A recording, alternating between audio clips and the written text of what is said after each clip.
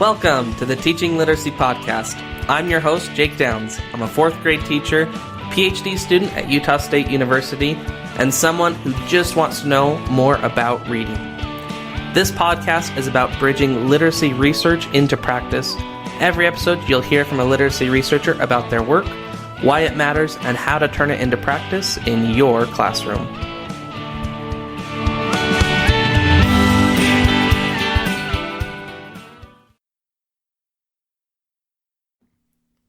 Welcome. This is episode 7 of the Teaching Literacy Podcast. I am super glad to have you along for the ride. In this episode, I talk with Dr. Margaret Vaughn on adaptations during literacy instruction. I walked away from this interview with so much to think about on how I do adaptations in my classroom. But before we get to the interview, I want to thank you all for joining us, whether it's the first time you've listened to the Teaching Literacy Podcast or whether you've been with us through 7 episodes now. I'm grateful that people are finding value in what we're producing.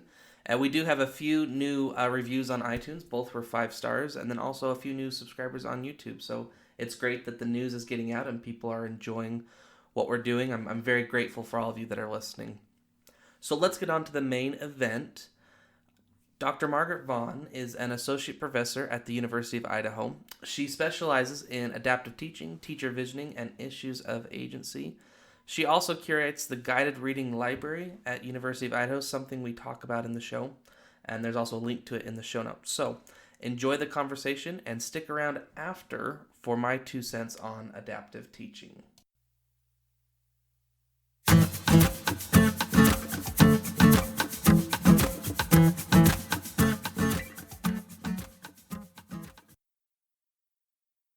To the Teaching Literacy Podcast.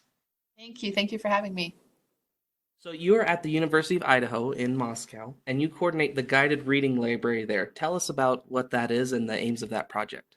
Oh, so that is a really exciting project that I started in my children's literature class, where my students learn all about expository text, and then they create their own ebooks for it. So it's a free digital resource. We have now about over 100 books that have audio as well. So teachers can just kind of click on it, search by their grade level, search by a topic, and they can read a book. And, you know, it's really privileged for the Common Core. That was part of my assignment. We're in a state that has adopted the Common Core. So it was really kind of a hands-on way for my students to gain knowledge of how to create authentic instruction using the Common Core, but not to let it limit you.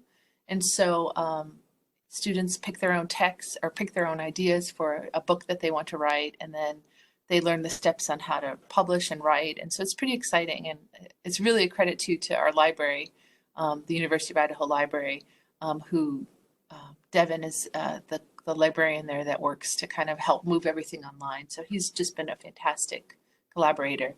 And also, if you want to have your students write something, elementary students or even middle school or secondary students, we can work together and they can have it published as well. So there's one student collection by students, and so that's just kind of also an invitation for anyone that if you're writing, expository and you want your students to have an authentic avenue to publish, just email me and we can kind of get it up on the website as well. So they can be looking on the University of Idaho Library database in the library and search for, let's say, Eric Carl, and something would come up, and they could also then search for their name and something would come up, which I think is super cool. It really builds kids' identity as writers. Yeah, and to have a platform to make it authentic. Yeah. That gets my brain thinking, I wonder if I want another project. I can help you. That sounds excellent. So today we're talking about adaptive teaching during reading instruction. You did a multi-case study that was published this year in the Journal of Reading Psychology. Tell us how you became interested in adaptive teaching. Well, it really stems back to my mentor, Jerry Duffy. And so when I was at the University of North Carolina at Greensboro, he was my mentor, and he's the one that really started the whole research agenda on adaptive teaching. Really, I think it's his work before that was on, professional decision making. And, he's just a fantastic scholar and researcher, and anything you can read by him, I would highly suggest. And so he's the one that started a group of us actually who are doctoral students on the path of adaptive teaching. So that's been exciting. What is adaptive teaching and why does it matter?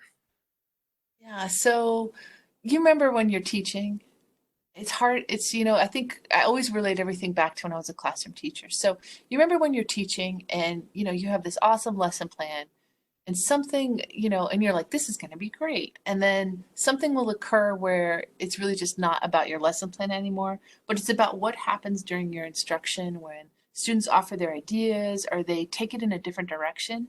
And you're like, gosh, that's so much better than what I had planned.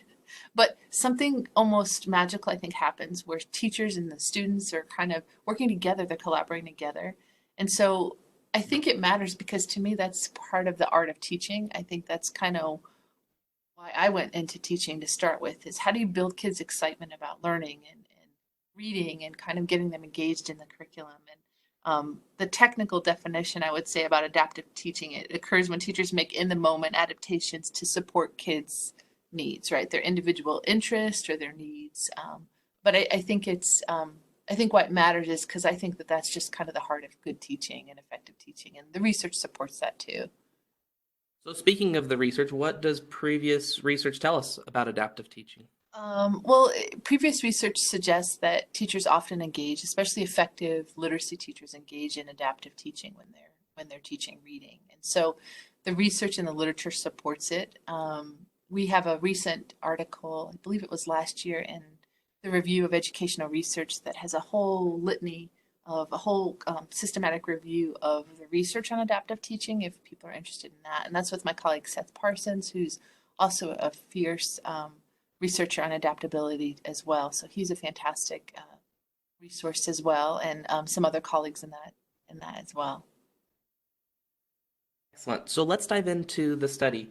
Tell us about the setting and the participants that you investigated to learn more about adaptive teaching. So for this study, there were 6 teachers, and so I have my notes here. I'm just going to help read from that. So there was one, school A was a K-5 school, had Title I public school. School B was Title I public school, and then school C was also a Title I, but it was public charter elementary school. And so one was in one state, and the 2 were in the same state. Excellent. And this was mainly a qualitative study, meaning that you were um, interviewing and doing observations. Tell us about what those looked like and how you used those to try to capture adaptive teaching in action. Yeah, so when we do adaptive teaching research, when I do have adaptive teaching research, I ask for the teachers to provide their lesson plan. And so really what you do is it's not super glamorous, but you just sit in the classroom and you take extensive field notes. And so by field notes, it's like you're just writing down everything that you're seeing. So you're you're transcribing what the teachers are saying, what the teacher is saying, what the students are saying, and how the interaction is happening. And so I've collected those over the 12 observations per teacher, and then I go back and I code those as well. But in addition to that, there was a pre-study interview, which just sort of gained information about kind of the information about the teacher, their demographics, how many years of teaching, what's their vision for teaching, and then that was also done at the end. And then after every observation, I also did a post-lesson interview that said, hey, can you tell me about what you did during your lesson? I saw you do this. Or was that? Can you talk to me a little bit about why you did that? And so that was to kind of gauge their rationale for what they were doing and trying to get at their thinking. So, what did you find? How often were adaptations happening in these classrooms? Well, they actually happen pretty frequently. And so I can refer to the table as well. But so, for example, for one of the teachers throughout the 12 observations, there was a total of 35 observations across, right? Another one was 34. So 34 and 35 were sort of the consistent numbers. And then there was one that was at a 9 who only adapted 9 times. And so that case was Sammy. And Sammy was super interesting because she was in a different state. So she was at the school in a different state. And the other interesting fact is that she was a national board certified teacher. She was reading. She was a reading specialist. I mean, she was super well advanced in terms of her knowledge and her pedagogy on reading and literacy instruction. But she also was one that really stuck strictly to the curriculum manual. So it was pretty fascinating that although she had so much experience and sort of knowledge, she was one that kind of stuck exactly to what she had to do in terms, and she very, very rarely adapted her instruction. Even though I think during there were many opportunities where I think she could have, she chose to stick exactly to what the script had said. I thought that was very interesting also in the article that perhaps the teacher that had the most capability to adapt did it the least. And not to throw that teacher under the bus, because that Yeah. teacher was probably just doing the best that they could and was meeting the needs of their students within their parameters. But why do you think that there was such variation across teachers, with some teachers adapting more and some teachers adapting less?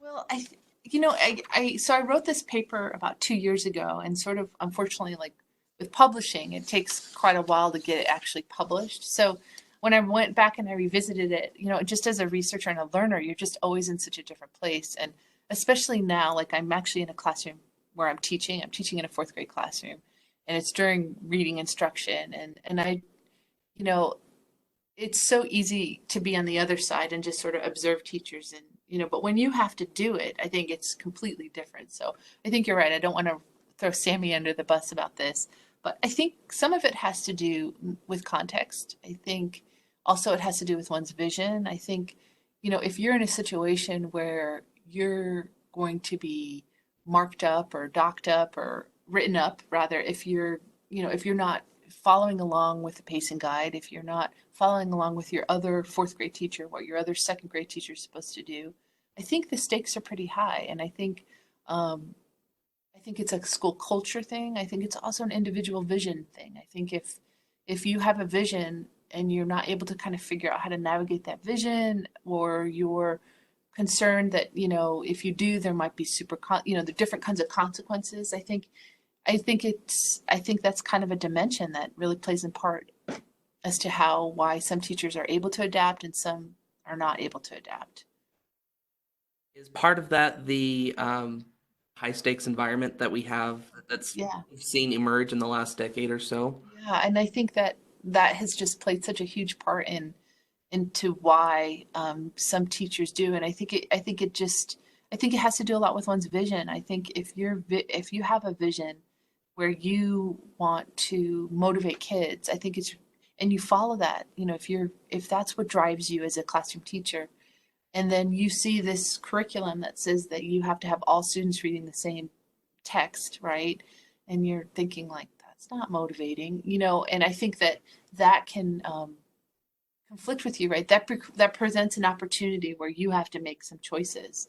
And so, you have to make that decision. Is it worth it? Every time, you have to take a risk. And I think it's hard for teachers sometimes to be able to do that. And there's so many different reasons, but I think the interesting thing with Sammy is that one of the conversations, and I'm actually not sure if it's in the piece, but I distinctly remember this. She said, people paid for this curriculum.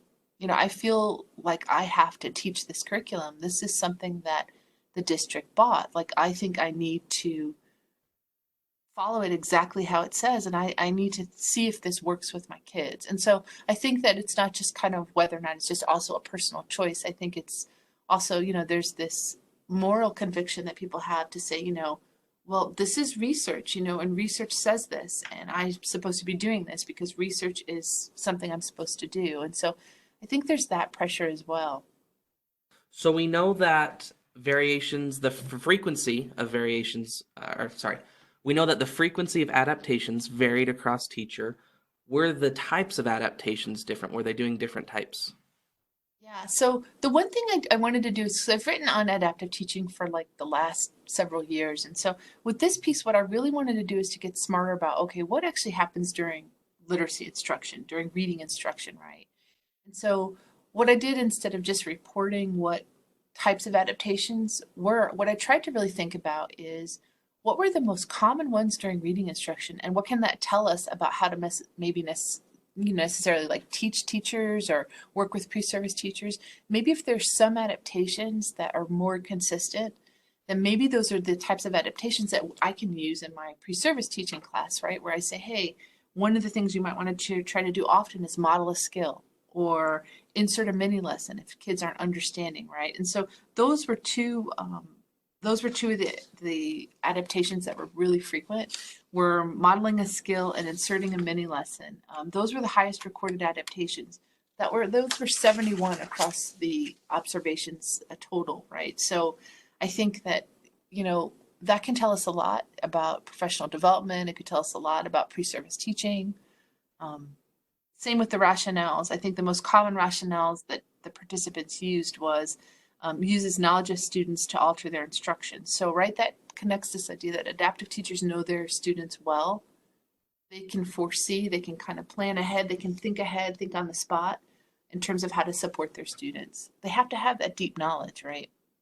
And being able to see those needs, perceive them during the lesson, Yeah, and then meet them in that same lesson through a little bit of improvisation and using exactly. combining that pedagogy and content that you have in front of you. I think that's a really complex Yeah. thing that's going on there. And I think it's super intuitive that you said improvisation because Keith Sawyer is someone that also talks about the act of teaching and sort of this improv experience. And I think that improvisation is such a key dimension of effective and adaptive teaching, right? Going by a script, going by exactly the curriculum, there's not much improv there, right? You follow along, it kind of, if it fits for your students, great, but more than likely, I always think about there's a third of students who are well beyond that. There's a third of students who still don't get it. And there's a third in the middle that you might be reaching, right? But maybe it's just two of those kids, right? So it's that improv, it's kind of happens in the moment. You've also done some work with principals and the agency that principals feel in administration. Can you give us a sneak peek Yeah. into what you So found in that? coming from the classroom, I have to admit, like I kind of always just sort of blame the principal. So sorry, principals out there that, I just kind of always thought, well, they're in charge of the building, right? So they're the ones that are driving these decisions. So this kind of stemmed a recent project in the last year or 2 years where a research group at Literacy Research Association, which is a great conference, I brought up this notion that, sometimes when I talk to teachers and I say, well, like Sammy, or other teachers that I've worked with, and I say, well, it's, you kind of get a sense that kids aren't really interested in what you're reading or what's kind of going on. What are you thinking as to why you continue with that? I'm just so curious. And most of these teachers are my friends, and they're like, well, Margaret, they tell us we have to, right? We just have to. And so I was kind of like, okay, well, who is this they? Who is the they in that conversation? Is it the principal? Is it the grade level? Is it the district? Is it the state? Is it national policies? Like, who is the they? And so I led a research group on that to try to figure out who are the they in that conversation, right? And so we interviewed 9 principals across the U.S., different locations all around the country, and we asked a series of questions, and we wanted to get at this idea of, how are literacy curriculum decisions made? And the interesting thing is I've come to realize that it's not really just the principal, right? Principals also don't have much agency most of the time. They're being led by either a curriculum person or maybe a superintendent, or maybe there's even no direction. And so they're sort of scrambling, and they see that maybe this is supposed to be that research, that evidence, performed by research. So this is sort of the sure thing. And so, it's so much more complex, I think, than I used to think as a classroom teacher, where I thought, well, it's my principal's fault that I'm having to do this. And so I think for me, it was just sort of more of a cycle to kind of understand, no, it goes beyond that. And it actually goes even beyond, I think, a state situation. I think because many times you have people in a state department that aren't necessarily aware of best practices, yet they're the ones that are leading the charge for some of these decisions that happen in your classroom. And so I think that was something that I found super interesting, but also a place to sort of insert myself as a researcher and an advocate for teachers. So, how can a teacher be more adaptive in their literacy instruction? Well, I think one of the things I would really recommend is to just to just sit down and think about your vision, right? And so there's some research on visioning that I've done and some others have done. But really, a vision is just what it is that you want to accomplish with your teaching. Why are you doing it, and what does it mean for students? And I think if you can kind of always center your instruction around that, then I think that that can guide you with adaptive teaching. And I think then just being that reflective practitioner and noticing those moments during instruction where, kids are offering ideas and they're making suggestions and they're inserting something into what you are doing that isn't necessarily maybe what we think is um, following along with our script or our plan or our program or our lesson. But those are those powerful moments I think that we need to build on and use all of our creativity to say, you know what, like that connects to this text, or you know what, this is a great opportunity to insert this mini lesson on how to use dialogue when we're writing, or how do you access, I don't know, some of the different ideas. Very interesting. Last question for you. What makes a good teacher? Well, I'll definitely like defer to the the good teachers out there because I think the farther I'm away from practicing in the classroom, I think the harder it is, I think, for me honestly to answer that question because I think classroom teachers know more about good teaching, to be just really honest. Um, but in my opinion, and also then in my personal experience as a classroom teacher, but then also as a researcher, I think one of the things that I've been really intrigued by lately is um, the ethic of care. So Neil Noddings talks a lot about this idea of having a center where there's this relationship building, there's this care that you develop with your students. And I think the more that I'm watching teachers and I'm observing teachers and I'm working alongside of them, I think for me, what I've noticed, what really marks a good teacher is, of course, having knowledge of pedagogy, right? Having knowledge of content, having knowledge of best practice, and all of those litanies of knowledges that we know are important for teaching, but also having an ethic of care. I think for me, what I've come to figure out between seeing many teachers and also just kind of in my own reflection of myself as a teacher is that I think the ethic of care is something most important. It's just one of the most important things that we need as teachers. And for me, that's what is a mark of a good teacher. I think you can learn content, you can learn knowledge, but I think at the core, you really have to have an ethic of care for students that drives you. I think that's to me, that's kind of one of the things I think is really a connection to good teaching. Dr. Margaret Vaughn, thanks for joining us on the Teaching Literacy Podcast. Thank you for this opportunity. Thank you.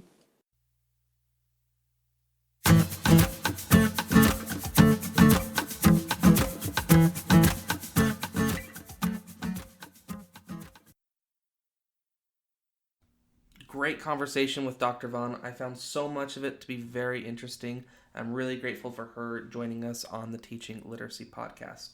So here's my 2 cents on adaptive teaching in the literacy classroom.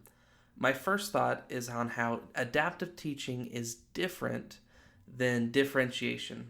So, for example, adaptive teaching can be differentiation, but differentiation doesn't necessarily have to be adaptation. So let me explain that. So with differentiation, before a lesson, I could take a look at whatever my learning outcomes for the lesson are, and I could say, looking at my students, I know that some students are ready for enrichment, and I can provide a way to help them extend what we're learning in the lesson. And I can look and say, other students, they're going to need a little bit more support. So how can I support my students in reading this complex text and being able to construct meaning from it? And that differentiation can happen before a lesson, but it can also happen during the lesson where you realize that some students aren't quite getting it, and so you make an adaptation to differentiate the lesson to either give them more support or enrich, of things of that nature. So an adaptation can be differentiation, but differentiation doesn't necessarily have to be an adaptation. And that's an interesting thought to me because we spend a lot of time thinking about differentiation in the literacy classroom, and rightfully so. I don't want to undermine that at all. But I don't hear as much conversation about how we change to learners' needs in the moment, how we make those adaptations. Dr. Vaughn stated it was about 4 minutes into the interview that teachers that are able to make great adaptations, that's the heart of being a good teacher. And I completely agree. It's a complex thing being able to simultaneously teach while you're doing classroom management, perceive the learning of your students, and then adapt in effective, efficient ways to support their learning, that is quite the feat. And the mark of a good literacy teacher is someone who can pull that off. And so I definitely want to continue the conversation around differentiation, but let's think more about how we make those adaptations in the moment to help support our students, and how we know if those adaptations are truly supporting them and in their best interest. So I'm going to think about both of those a little bit more, but that's my first sense. That's my first big takeaway. The second big takeaway from me from this is there are a lot of factors influencing the adaptations teachers make in the classroom.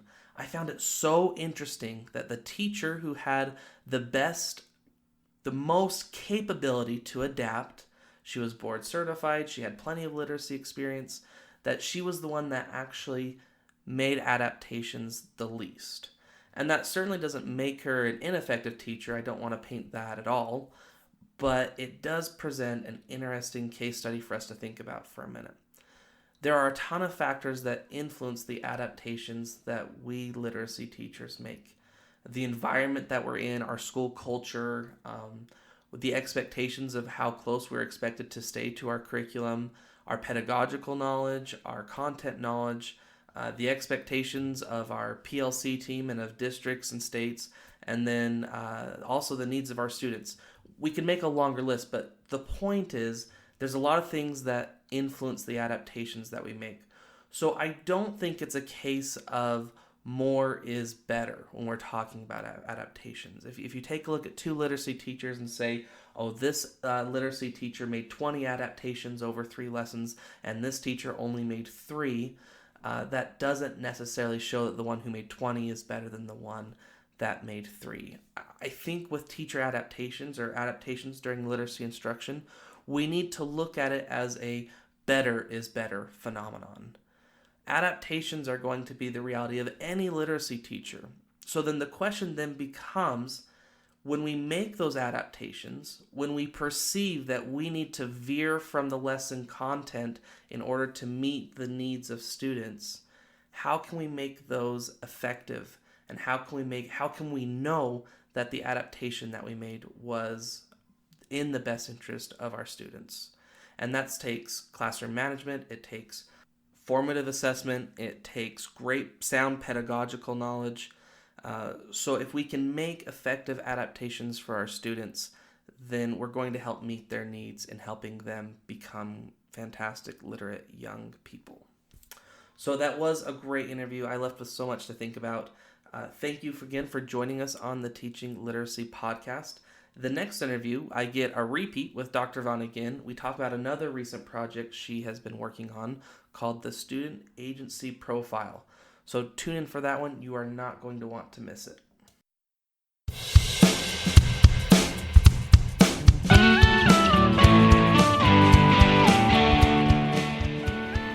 Thanks for listening to our conversation today. Remember to check out the show notes for more details. If you have feedback or a show idea, feel free to email me at teachingliteracypodcast@gmail.com. This is Jake with the Teaching Literacy Podcast, and until next time, let's go and teach literacy just a little bit better.